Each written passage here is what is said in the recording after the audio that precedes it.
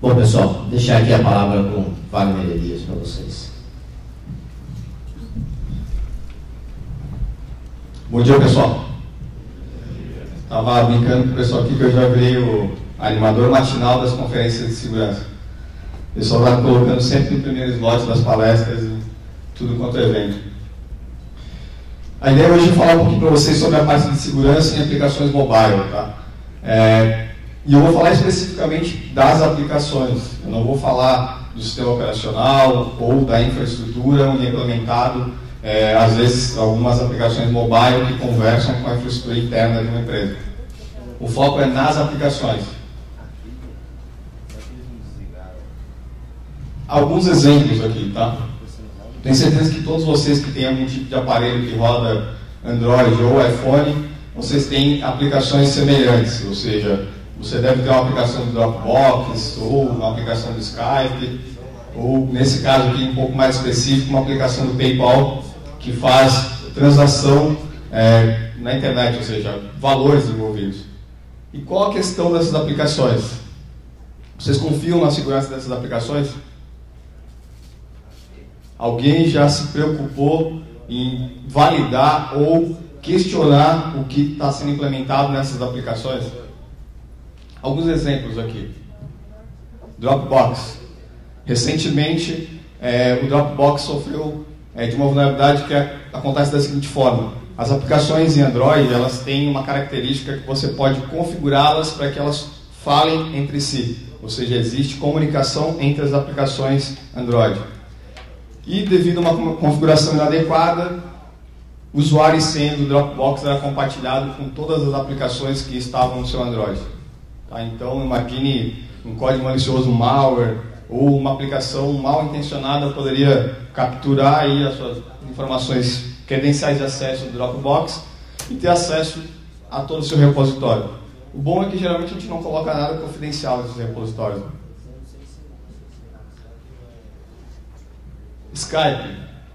Skype todo mundo usa também. A todo momento a gente está fazendo algum tipo de conferência ou falando com a família, sempre utilizando o Skype. Recentemente também sofreu, na parte de transmissão de vídeo via aplicação para Android, de vazamento de informações dos usuários. E o mais sério, na minha opinião, por envolver aí transações financeiras, foi o caso do PayPal para aplicação para iPhone, onde possibilitava que no tráfego dos dados você conseguia pegar o usuário e senha da sua conta no PayPal. Ou seja, a partir daí ter acesso a não só a dinheiro que você tem disponível para transferir, como também, eventualmente, receber o que você recebe pelo PayPal. Tá? Então, são 3 casos que eu considero bem sérios, porque são aplicações de massa. Agora, se a gente pensar que o volume de aplicações mobile desenvolvidas são altíssimos, ou seja, tanto a loja do Android como a loja da Apple, elas estão bombando. Todo mundo está desenvolvendo aplicação mobile para celular, ou seja, para esse tipo de aparelho. E com uma característica, né? Quem acha que, por exemplo, mas a Apple vai validar a aplicação que vai ser enviada para lá, a Android vai validar, sim, existe até um processo mínimo de validação, mas isso não evita que, por exemplo, o Android constantemente está retirando aplicações maliciosas da sua loja. Ou seja, o processo ele não é 100% efetivo. Não confie que porque uma aplicação foi disponibilizada na loja, que ela é uma aplicação checada. Tá? Ou seja, ela pode não só ser uma aplicação maliciosa, que é o mais sério, como ser uma aplicação legítima com falhas. Então vamos falar um pouquinho dessas aplicações. Um pouquinho da arquitetura Android. Tá? O Android tem uma característica que ele roda em praticamente qualquer dispositivo. Ele é baseado no kernel Linux e ele foi criado um runtime que basicamente ele roda código Java, só que ele é compilado de maneira diferente, a gente vai ver um pouquinho, que roda nessa máquina virtual chamada Dalvik. Aqui, aliás, foi a grande sacada da Google, né? Porque ele está rodando código Java e a Oracle não conseguiu cobrar a patente deles porque eles compilam novamente, ou seja, ele pega um código Java, compila novamente para .dex e roda na Dalvik. Então, a Oracle não conseguiu atingir a Google na questão de patente da JVM. Então, a Google não paga nada. Aliás, a Android foi comprado, tá? Uma empresa, e o dono da Android hoje é o vice-presidente do Google. Então, eu acho que o Android deve ter algum poder dentro das iniciativas do Google. A gente tem o Android Framework, que as aplicações são desenvolvidas e elas utilizam. Uma característica das aplicações mobile ela tem sempre um framework que interage com os recursos do dispositivo. Então, ele vai ter um recurso que vai interagir com o calendário, com outras aplicações, contatos do sistema operacional. E, por último, a aplicação. Então, a gente está falando dessa última camada aqui, que são as aplicações desenvolvidas, e ela acaba abstraindo toda essa característica aqui de baixo. Tá? Ou seja, todas as características são transparentes para quem usa uma aplicação para Android. Um pouquinho do funcionamento, ou seja, dos recursos que ela utiliza e por que ela acaba se tornando tão vulnerável. Não que eu considere a aplicação Android mais vulnerável que as desenvolvidas para iOS, mas ela é mais aberta. Ou seja, a gente vai ver que o iPhone ele tem uma característica que ele roda Objective-C compilado através da Cocoa, que ou seja, a abstração é bem menor do que os recursos para Android. O Android ele tem muito recurso e, naturalmente, as pessoas acabam não utilizando ele da maneira adequada e expondo a aplicação a riscos. Não sei se vocês já viram, mas tem aplicações na web onde você cria uma aplicação Android sem saber programar. Já viram isso? Um wizard. Você pode subir som, você pode configurar a tela, ele vai lá e cospe um APK, você coloca no Android e ele sai rodando. Aí vocês imaginam a qualidade dessa aplicação. Então, eu vou falar um pouquinho desses recursos aqui. Tem o que a gente chama de atividade.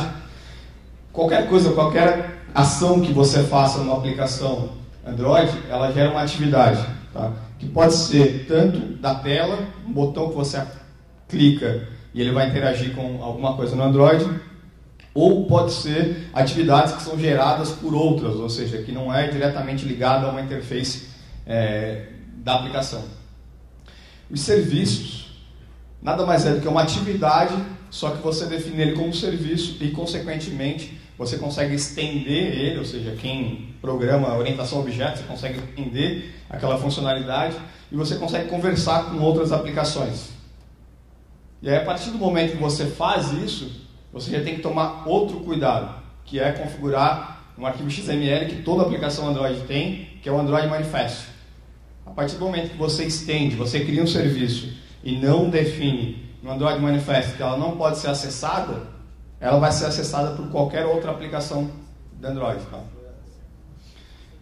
Outro ponto é o Content Provider. Content Provider você configura ele para que as aplicações acessem repositórios, ou seja, um SD card ou a base nativa dos dispositivos, que tanto o iOS quanto o Android tem, que é em SQLite, que é um banco standalone, um banco relacional até, standalone, que você armazena informações. Então, cuidado com esse Content Provider, porque você tem que classificar, ou seja, você não pode colocar qualquer dado nesse dispositivo, porque esse dispositivo, você vai ver que ele é facilmente revertido. Imagina o seguinte, a gente fala, mas a segurança da minha aplicação, da minha máquina, perdão, quando eu pego ela vai embora, porque eu posso botar com o sistema operacional, eu posso extrair informações do disco. Imagine que o celular é bem mais fácil de fazer isso. Então, você pode perder esse dispositivo, você pode deixar ele em algum local na empresa e alguém pega ele rapidamente e faz um dump dessas informações, por exemplo. Tá? Então, tem problemas sérios no armazenamento dessas informações. Toda a informação armazenada num dispositivo Android tem que ter muito mais cuidado para que ela não seja comprometida. Os Broadcast Receivers. Existe uma coisa que são as mensagens trocadas entre as aplicações, que é chamada intent. Tá? Esses intents, eles são trocados em todas as aplicações, e esse Broadcast Receiver faz o quê? Ele consegue capturar essa troca de informação. Você pode configurar um Broadcast Receiver para pegar essas mensagens trocadas entre aplicações Android. E por último, os processos. tasks. Uma coisa interessante que até do ponto de vista de segurança é bacana, porque ele acaba isolando cada aplicação, só que ele isola e abre uma possibilidade de configuração, ou seja, no mesmo caso do Flash. Quem já trabalhou com Flash sabe que, por exemplo, o Flash Player na máquina, nativo, ele tem uma sandbox, ou seja, ele não deixa um Flash conversar com o outro. Só que você pode ir lá configurar um XML chamado crossdomain.xml e definir conversa com tal Flash ou conversa com todos. O Android é a mesma coisa. Cada aplicação que é instanciada no Android, ele cria um processo no kernel do Linux. E aí, para conversar, você tem que liberar isso no Android Manifest. Um pouquinho aqui que a gente comentou, que uma aplicação Android é Java, código Java. Então, aqui nativo, tem uma aplicação em Java, é teu source, a gente vai compilar, vai gerar o bytecode e vai rodar na VM, ou seja, as máquinas têm uma JVM que roda esses códigos em Java. No caso do Android, a grande sacada deles, que aliás é interessante, se você ver alguns comparativos, eles criaram mais um passo e a Dalvik é mais rápida do que a JVM. Tá? Ou seja, eles conseguiram ainda ganhar performance, incluindo mais um processo aqui. Então eles fazem o seguinte, eles geram um código em Java, compila naturalmente, como qualquer código Java, gera o bytecode, depois ele faz o DEX compiler, ou seja, isso já é uma característica do Android, ele vai compilar o bytecode para Dalvik bytecode, que vai rodar na máquina virtual do Android. Então essa é a grande diferença. Foi aqui que a Google conseguiu se livrar da acusação de quebra de patente da Oracle. Agora um pouquinho sobre as aplicações em si. Cada aplicação Android ela é um pacote, ou seja, é gerado uma série de arquivos, XML, .dex e o Android Manifest. Isso tudo compilado gera um arquivo APK. Deixa eu mostrar para vocês aqui. Isso aqui é uma aplicação APK descompactado, tá? Então vocês vão ver que ele tem a mesma característica de uma aplicação Java. Tá?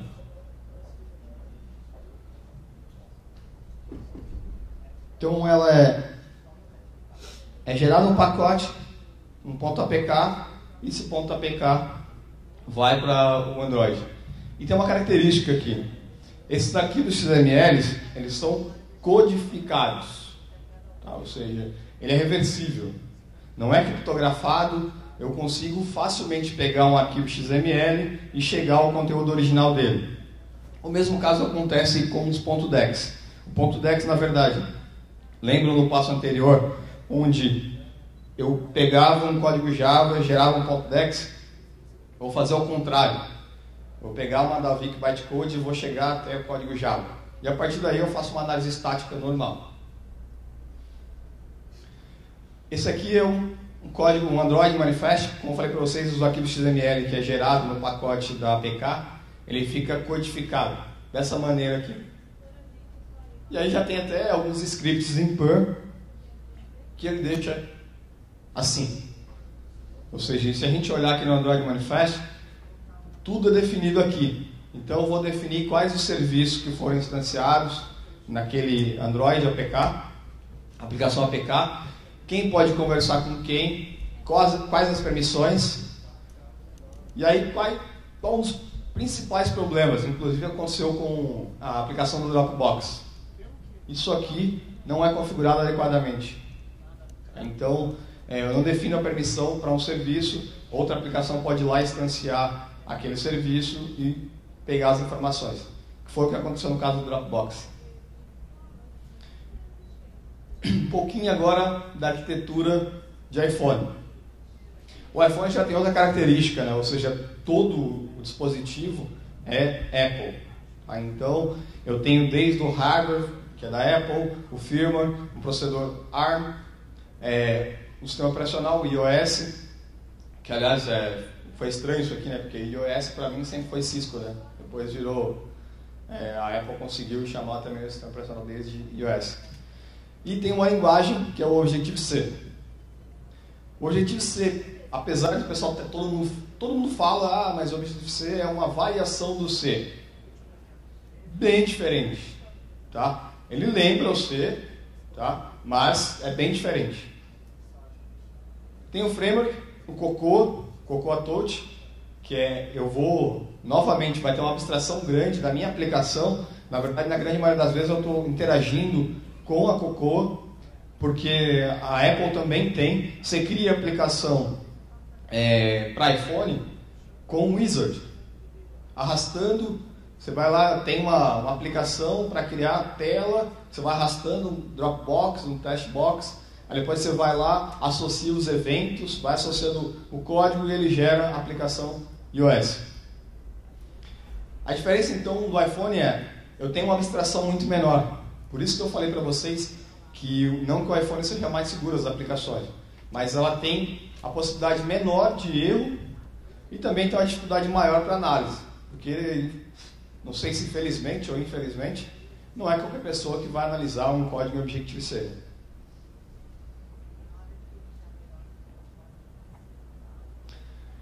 Agora um pouquinho de uma... Opa, deixa eu ver aqui. Isso mesmo. Na anatomia de uma aplicação iPhone. Eu tenho uma User Interface, a Cocoa Touch e o Objective-C. Tá? Então, como eu comentei com vocês, o Objective-C, que é o grande core das aplicações iPhone, ele é baseado no C, só que ele tem toda uma orientação a objetos baseada no Smalltalk. Tá? Não é nem no C++, é no Smalltalk. Então a linguagem, ela lembra até, foi baseada na C, só que ela é bem diferente se você olhar ela. Tá? E se vocês perceberem, lembram no Android que eu tinha uma série de recursos que eu precisava configurar aqui? Na aplicação Android, essa configuração é bem menor. Então, agora falar um pouquinho, a gente conheceu, mostrei para vocês um pouquinho da característica das aplicações, porque depois a gente vai aprender como analisar a segurança das aplicações. Eu vou, lógico, aprender um pouco de presunção da minha parte, né? Achar que numa palestra de 50 minutos você vai ensinar alguém a analisar uma aplicação mobile é presunção minha. Mas a ideia é mostrar as principais ferramentas, o que utilizar, quais as técnicas. Vou falar um pouquinho do OASP Top 10. É um projeto recente, tá? O pessoal pode até estranhar, mas então a gente está falando de aplicação web. Não. A OASP está partindo para uma segurança de aplicação em geral. Em mobile já tem bastante coisa, já tem bastante material de pesquisa para mobile. Desde o Top 10 de risco, como duas aplicações interessantes, até para quem quer começar a estudar essa parte de segurança de aplicações mobile, que é o iDroid e o iGoat. Que quem já viu aquele WebGoat, que é uma aplicação vulnerável com fim educacional da OASP, só que para aplicação web, agora foram feitas duas, uma para aplicação Android e outra para aplicação iPhone. Então, a OASP tem bastante material já relacionado a esse tipo de iniciativa. Então, vamos falar um pouquinho sobre os 10 aqui. O primeiro, que é, sem dúvida, na minha opinião, o maior risco das aplicações mobile, é o armazenamento inadequado ou desnecessário. Porque também tem essa, né? Muitas aplicações a gente nem precisa armazenar o dado e a gente armazena. Então, o primeiro risco maior é o armazenamento inseguro ou inadequado. Ou seja, eu vou jogar informações da minha aplicação para um file system ou para um SQLite, um SD card, e não vou tratar esse dado, ou seja, não vou criptografar, fazer qualquer tipo de proteção para que esse dado seja pego depois. O 2 é falta de proteção de dados em trânsito, que é o caso onde, por exemplo, no caso do Skype, era um caso parecido com esse aqui. É a partir do momento que a aplicação conversa com outros dispositivos. Por exemplo, no caso do Skype, a aplicação se conectava com o servidor do Skype e nessa troca de informação, dados sobre o usuário, informações sobre os usuários eram vazadas. Então isso aqui também é um problema sério. Se a gente Imagine que a aplicação web, até hoje a gente tem muita aplicação que não tem o SSL, e no mobile isso também é disparado, é um risco grande. Vazamento de dados pessoais, que é quando a aplicação armazena suas informações no aparelho e não cuida delas. Por exemplo, é comum a gente pegar qualquer dispositivo, por exemplo, de gerenciamento pessoal, organização pessoal, agenda, anotação. Você bota muita informação sua ali, desde características do seu dia a dia até informações bancárias, às vezes senha. Tá? Não me espanta quando eu pego alguma pessoa que pega um dispositivo mobile e tem lá uma nota com a conta e senha para que ela acesse depois. Ou seja, o mobile é um dispositivo muito prático, né? Você pega e pumba. Eu tenho hábitos, por exemplo, de eu saio de casa, vou viajar, eu coloco todos os dados em uma nota, chego lá no aeroporto, eu só abro, já veio o localizador, faço o check-in e vou embora. Ou seja, então tem muita informação pessoal nesses aplicativos. O 4 é a incapacidade de proteger esses recursos, ou seja, autenticação. Tem muita aplicação que faz uso de informações pessoais, de acesso a calendário, uma série de outras coisas, e não tem nenhum tipo de autenticação. Ela não cuida para que esse dado seja de alguma forma capturado. A incapacidade de implementar o conceito de menor privilégio. A gente sabe que quando a gente fala de segurança de aplicação, a gente tem uma característica essencial, que é a aplicação deve rodar com o mínimo de privilégio possível. Porque a partir do momento que eu exploro uma aplicação, todo o privilégio que essa aplicação tem passa a ser de uso daquele usuário mal intencionado. Então, se eu tenho uma aplicação rodando com privilégio alto, eu vou conseguir ter acesso a informações do sistema operacional do dispositivo, de uma série de outras coisas. E as aplicações mobile ainda têm dificuldade com isso. E aqui, façamos uma meia-culpa, acontece porque tem muita abstração, muito framework para quem desenvolve a aplicação, e você não consegue controlar esse tipo de informação, tá? Do menor privilégio para aquela aplicação. Você acaba interagindo com uma API e não consegue definir qual o real privilégio que você precisa. A outra são as injeções em client-side. Então a gente pode pensar todas aquelas falhas que existem para aplicações web, por exemplo, SQL injection, cross-site scripting, elas existem para aplicações mobile, só que tudo client-side.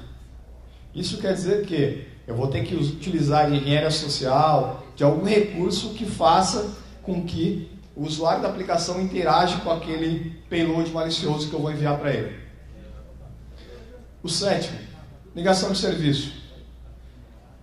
É fácil você fazer com que uma aplicação mobile lide com uma quantidade grande de dados e ela pare, ou seja, não consiga executar aquela aplicação e ela congela ou ela consome memória.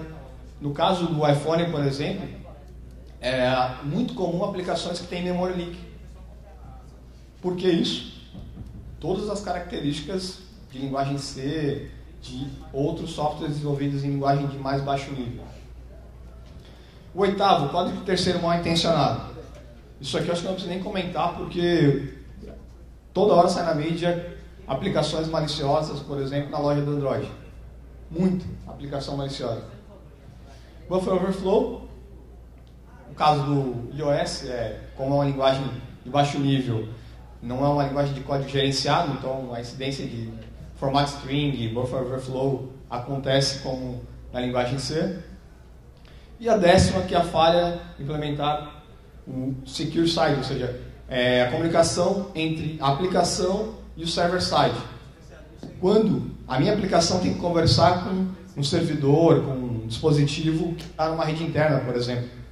Quem utiliza dispositivos da RIM, o BlackBerry, ele tem toda uma arquitetura, tem todo um servidor, serviços que geralmente rodam dentro da sua empresa, o BAS, que precisa ter segurança entre a aplicação do dispositivo com esse servidor BAS da RIM. Então essas são as 10 principais, ou seja, os 10 principais riscos quando a gente fala de segurança em aplicação mobile. Não são riscos simples de tratar. A gente vai dar uma olhada agora. Então, falar um pouquinho das análises. Como que a gente pode analisar essas aplicações mobile? O ponto interessante é isso. É muito prático analisar aplicações mobile. Tem muitos recursos, tem emuladores. Não achem, por exemplo, eu tenho que ter um dispositivo que roda Android, eu tenho que ter um iPad, um iPhone. Não. Tem emulador para tudo isso. Claro, existem recursos que não se pode fazer uma emulação. Por exemplo, você pegar uma aplicação que interage com o acelerômetro do iPhone, por exemplo, você não consegue emular. Mas isso é uma parcela bem pequena. A grande maioria das funções, das características da aplicação, você consegue analisar com o emulador. Então, análise dinâmica. A análise dinâmica é bem parecida com uma análise de malware, por exemplo. Eu vou rodar aquela aplicação e vou mapear, ou seja, vou entender todo o comportamento dela. Eu vou fazer um debug, vou ver que tipo de tráfego de dados ela está fazendo. A comunicação dela com HTTP, SOAP, ou seja, Web Service, dispositivos externos. Acesso ao file system. Que tipo de informação ela está acessando o file system.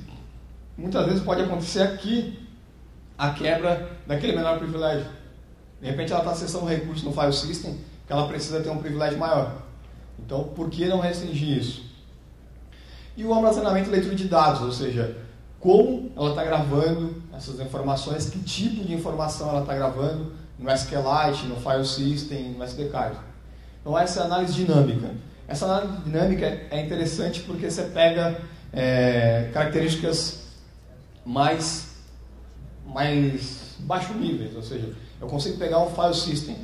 A gente vai ver depois, eu vou fazer uma demo com uma aplicação que vem com macOS, por exemplo, que eu consigo verificar a mudança de privilégio. Quando uma aplicação faz acesso a um recurso no file system e ela muda o privilégio. E temos aqui a análise estática. A análise estática já tem todo aquele processo de fazer uma higiene reversa. Só que a higiene reversa aqui, claro, é muito mais prática. Ou seja, não é aquela higiene reversa que a gente está acostumado a ver, que eu tenho que entender o código de baixo nível, até existe uma decompilação, mas não é o código efetivo. Ou seja, aqui não. Eu consigo, na aplicação Android, por exemplo, eu consigo trazer o Java de volta e fazer uma análise detalhada. Então, eu vou fazer um code review e eu vou chegar nesse code review através de toda a prática de higiene reversa. Vou fazer análise de string hardcoded, ou seja, às vezes o código da aplicação está lá com o usuário e senha setado. Você desenvolveu uma aplicação interna e você está fazendo acesso a um servidor da empresa. Não é comum um programador ir lá no código e setar um usuário e senha, sabe? Acredito que aqui ninguém nunca viu uma situação desse tipo. Já viram? Eu raramente vejo isso. Geralmente só segunda, quarta e sexta. Então, é muito comum esse tipo de coisa. Análise de armazenamento de dados. Como é armazenado o dado? Aqui eu vou pegar um SQLite, por exemplo. Vou pegar um front-end para SQLite e analisar o banco. Que tipo de informação está gravada naquele SQLite? E análise de cache. O cache da aplicação mobile também é um calcanhar de Aquiles. Tá? Ele grava muita informação em cache e essa informação depois pode ser extraída e analisada. Então, como que a gente faz essas análises? A primeira delas é a análise dinâmica. A análise dinâmica, basicamente, quem já faz análise de aplicação web, dá para fazer uma coisa bem parecida. Que é, eu vou configurar um proxy e eu vou fazer essa aplicação, ao invés de sair direto para a internet sem proxy, eu vou configurar um proxy na aplicação, ela vai passar pelo proxy e vai até a aplicação web. Aqui eu vou ter uma série de informações. Que tipo de requisição foi feita, se essa requisição passou algum dado sensível, se essa requisição foi feita em SSL ou não, se essa requisição foi feita por um web service. Todas as informações aqui no Trafalgar. E também posso fazer aqui o profile, ou seja, lembram que eu falei para vocês de verificar o acesso ao file system, a informações do dispositivo? Aqui vou fazer esse tipo de coisa. A gente vai ver, por exemplo, o Instruments e o Shark, que são duas aplicações para macOS, que eu consigo mapear tudo que a aplicação fez, desde alto nível até memória. Tá?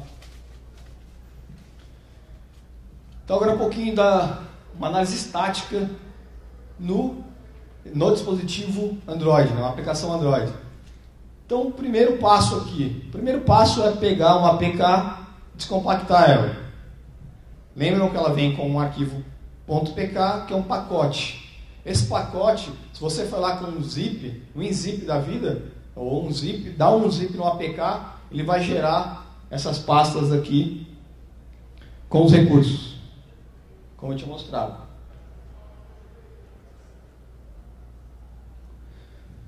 Depois, para que eu possa analisar o Android Manifest ou ver características da aplicação que estão configuradas no XML, eu vou decodificar eles. E aí tem esse script em Perl aqui, que é o HTML to XML, que ele vai pegar aquele conteúdo codificado e trazer para texto claro.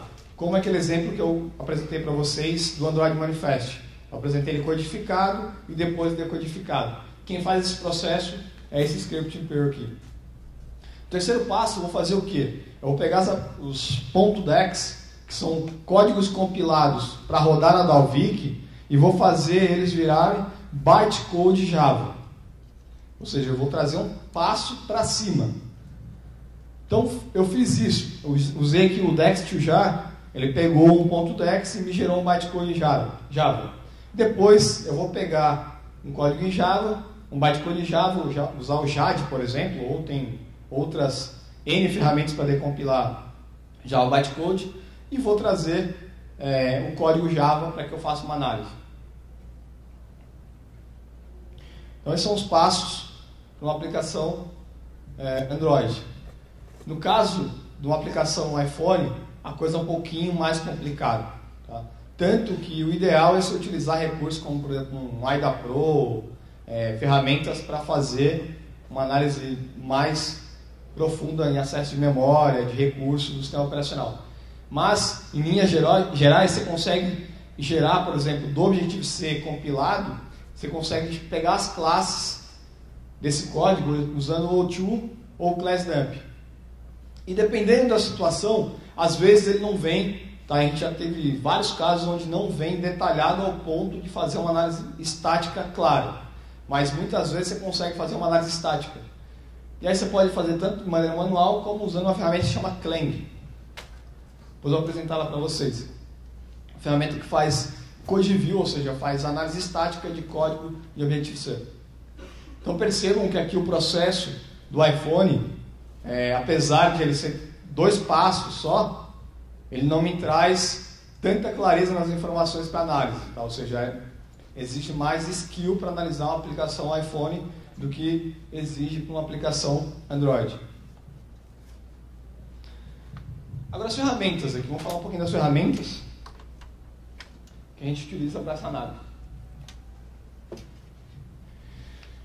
Primeiro, o ideal é que a gente tenha aí boas IDEs, ou seja, um Eclipse para código Java. Claro, aqui é uma opinião minha, você pode usar NetBeans, você pode usar o que quer que seja, né? O importante é ter uma boa IDE para trabalhar com código Java. E para iPhone, incontestavelmente, o Xcode. Porque o Xcode está todo integrado com o macOS. Então ali você vai ter o SDK, ali você vai ter os recursos para testar a aplicação no iPhone. Ou seja, emular o Xcode sem sombra de dúvida. O Xcode, inclusive, é uma prática, não sei até quando isso vai durar, mas geralmente eles lançam o Xcode, a última versão, cobram um valor baixo e as anteriores são disponíveis. Por exemplo, o Xcode que eu tenho na minha máquina foi feito download da Apple sem custo nenhum. Então, uma baita ferramenta e sem custo. Os emuladores também, são tanto para Android quanto para o iOS. Você consegue instalar com bastante facilidade e ali você consegue rodar a aplicação e, por exemplo, fazer uma análise dinâmica. Você roda a aplicação no emulador e vai analisando qual a interação dela com o sistema operacional. E um client para database. Claro, também posso usar command line, terminal para navegar no SQLite. Não tem problema nenhum nisso. Mas, às vezes é interessante você ter uma ferramenta que te apresenta uma tabela para que você leia os dados com mais clareza. Duas aplicações desenvolvidas aqui por uma outra empresa de segurança. O Manifest Explorer e o Package Play. O Package Play é legal porque ele vai pegar um dispositivo Android e ele vai mostrar todos os pacotes instalados. Tá? Então ele vai mostrar para você, quem utiliza o Windows, é aquela história de você entrar lá no painel de controle e todos os pacotes, os softwares instalados. Né? O Package Play vai fazer isso, ele vai mostrar todos os pacotes que estão instalados no Android. E o Manifest Explorer, ele vai navegar no arquivo Manifest Explorer. Claro, no Android Manifest, perdão. Já decodificado. Tá? Então ele vai ler o Android Manifest decodificado e mostrar para você o conteúdo dele. Ali você vai ver, por exemplo, se tem algum acesso indevido de um serviço ao outro. Você vai ver se as permissões estão adequadas para cada aplicação. Porque lembre-se, o Android Manifest é para cada aplicação Android vai ter esse recurso aqui. E aí depois a gente tem o Intent Sniffer e o Intent Fuzzer. Os nomes são bem claros. Lembra que eu comentei lá no início, quando a gente falou de uma anatomia de uma aplicação Android? O intent são mensagens trocadas entre as aplicações. Tá? Então, uma aplicação manda um intent para outra, ali tem uma troca de informação entre as aplicações. O Intent Sniffer vai fazer o quê? Vai monitorar toda essa comunicação, vai mapear todas essas trocas de mensagens. E o Intent Fuzzer vai fazer, a gente brinca que ele é o Joselito, né? Ele vai sair mandando intent para todas as aplicações e vai ver se a aplicação vai quebrar, por exemplo. E aí que a gente consegue ver, porque quando a aplicação quebra, você consegue ter ali uma série de informações que podem te levar a descobrir uma falha, por exemplo, numa aplicação. Então o Intent Fuzzer vai fazer um fuzzing entre o intent das aplicações. Ele vai mandar intent para todas as aplicações e ver como elas se comportam. E aí aqui, eu brinco que aí fica fácil. O APK Inspector foi uma ferramenta lançada recentemente por uma pessoal da Praetorium, que é uma consultoria de segurança de aplicação americana, e eles fizeram uma aplicação que é literalmente uma IDE. É muito prático mesmo. Você carrega lá uma aplicação APK na interface gráfica e ele extrai tudo para você. Então lembra dos 5 passos de pegar um XML, decodificar ele, pegar um Dex2Jar para gerar um bytecode? Ele faz tudo isso. Ele não só faz tudo isso, como ele apresenta em abas diferentes os códigos separados, o Java bytecode, o Dalvik codes, o source em Java, com syntax highlight, faz um flow graph, ou seja, ele faz um grafo das chamadas das funções da aplicação, você consegue extrair as classes, ou seja, aí só não faz quem não quer. Fica bem prático. Ela foi lançada semana passada, tá? Foi disponibilizada no repositório, essa APK Inspector, fresquinha. Um SQLite Manager, como eu falei para vocês, isso aqui é um add-on para Firefox, só para você navegar no banco de dados SQLite. Então, lógico, você vai ter que extrair o arquivo do SQLite e depois abrir com esse add-on aqui e navegar nas tabelas, ver que tipo de informação está gravada na aplicação no SQLite. E aí os instruments. Eu acredito que bastante gente aqui já utilizou aquelas ferramentas das sysinternals. Quem já utilizou ferramentas das sysinternals para Windows? A metade não levantou a mão porque está dormindo, né? Mas as ferramentas internas é interessante porque ela via toda a interação com disco, registro, ela dava ali uma visão bem clara do que a aplicação estava fazendo com o sistema operacional. Então lembra que eu comentei com vocês que parte da análise estática é você ver essa interação com o sistema operacional? Então vamos ver um pouquinho esse instrumento aqui.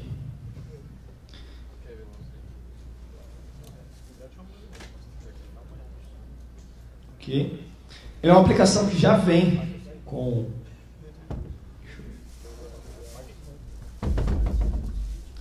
o macOS. Então ele vai abrir isso aqui. E o conceito dele é, aliás, eu acho, para quem não tem familiaridade com Command Line, por exemplo, ela é até mais prática do que as ferramentas da CIS internas. Você vai literalmente gravar o acesso a informações no disco. Então vamos fazer o seguinte, vamos pegar aqui, eu vou dar um record.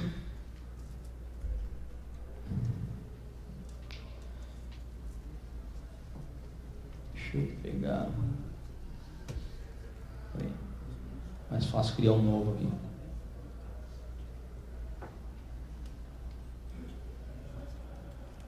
Eu vou escolher um target, tá?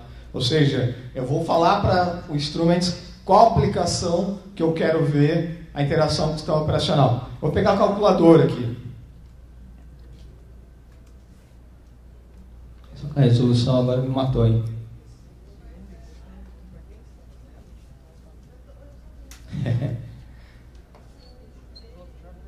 A resolução não me deixa. Deixa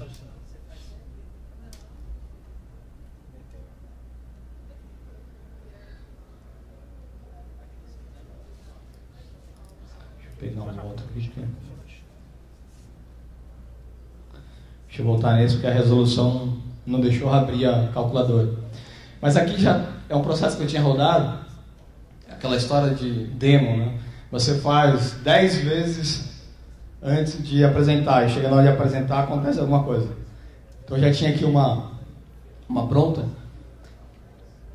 Lembra que eu comentei com vocês que eu conseguia ver, por exemplo, o momento que uma aplicação muda o privilégio, que ela está acessando alguma coisa em disco.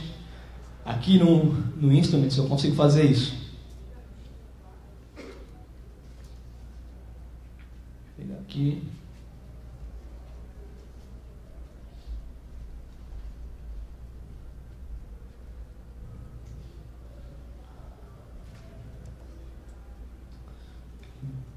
Não deu.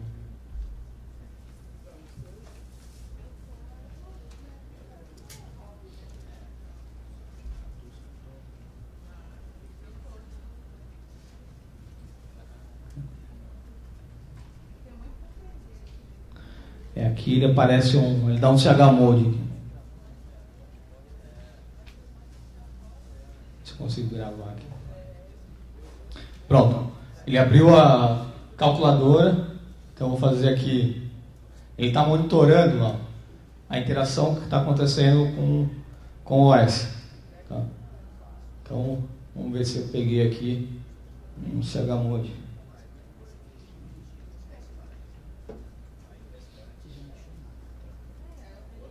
Ó, nesse momento aqui, a calculadora, para executar alguma função, ela mudou o privilégio. E eu consigo pegar isso com instrumentos. Eu consigo fazer não só isso, como também monitorar os processos. Ou, quer ver? Deixa eu abrir aqui.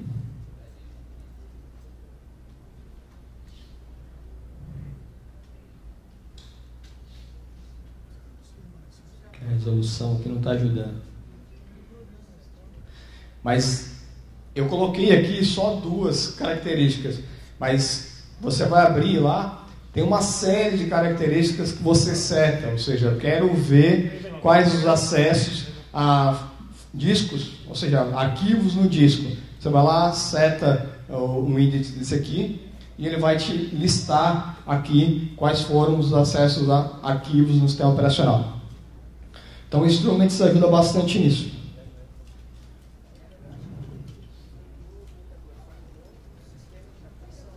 O outro é o Shark.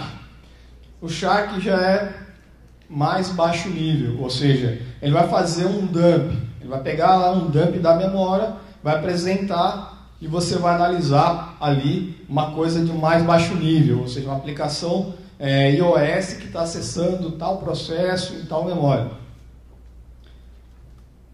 Só executar ele aqui para a gente ver. Ele começa assim, ó. Então você pode aqui selecionar o que você quer. Então vamos fazer um system trace aqui, ó. Você dá um start, ele começa a pegar, fazer um dump da memória, deu um stop, ele já vai abrir para você fazer a análise. Tá? Eu acho isso uma ferramenta muito bacana. Se tivesse isso em outros sistemas operacionais, ajudaria bastante. Então aqui eu consigo ver, por exemplo, desde acesso a kernel, toda a parte de acesso à memória, tudo detalhado. Aí system calls. Ou seja, consegue fazer uma análise de mais baixo nível nas aplicações. Então esse é o Shark. Tudo aplicação nativa do macOS. Tá? O outro é, como eu comentei com vocês, o Xcode. O Xcode ele é interessante não só para desenvolver a aplicação, como também para analisar.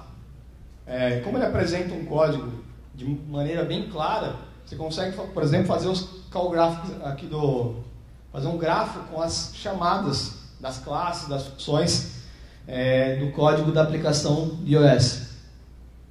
Deixa eu pegar aqui o Xcode. Aqui eu estava rodando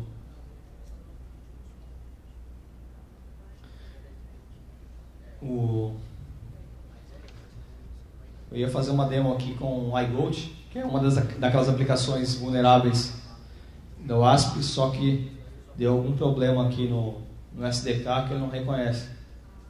Deixa eu ver aqui, ó. Se eu coloco aqui,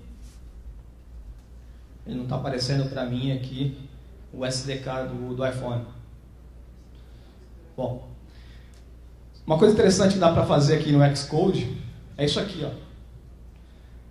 Aquela ferramenta que eu comentei com vocês no início, que era a Clang, vou falar um pouquinho dela depois, ela já vem com as últimas versões, desde a 3.2 do Xcode, ela já vem nativa.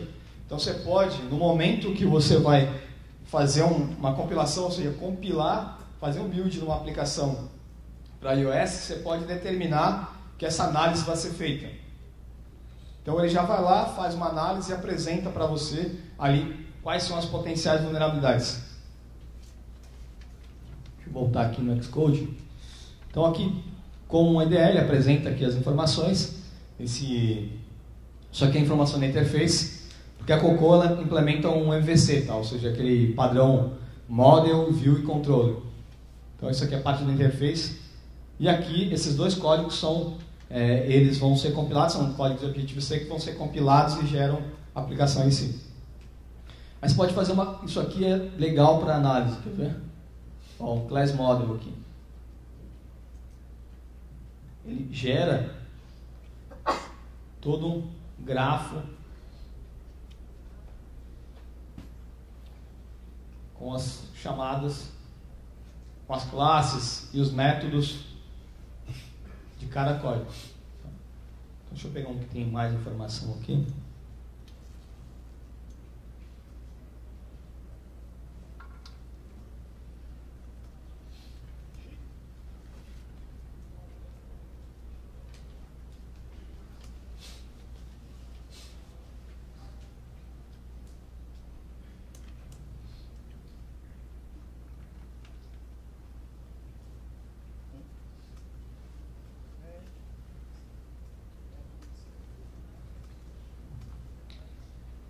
Você pode navegar aqui por todos os métodos, ver o que ele manda, o que ele recebe e a relação entre eles. Então esse é o Xcode. Por último, esse é o Clang. O Clang você pode utilizar tanto standalone, ou seja, você pode rodar ele num código para iOS, como você pode rodar integrado lá no Xcode. Então, interessante é quando eu tenho a possibilidade de pegar todo o build da aplicação, subo ela no Xcode e lá eu rodo um Clang, né? Porque aí uma análise fica muito mais apurada. Ele vai te dar uma visão bem clara de quais problemas estão voltados aqui para o código do Objective-C. A pergunta que sempre me fazem é: isso aqui é para análise de código de segurança, por exemplo, um Fortify ou ferramentas do tipo? Não. Ele é uma ferramenta de análise estática, tipo um Findbugs. Acho que alguns conheçam Findbugs, que é uma ferramenta que você roda para código Java.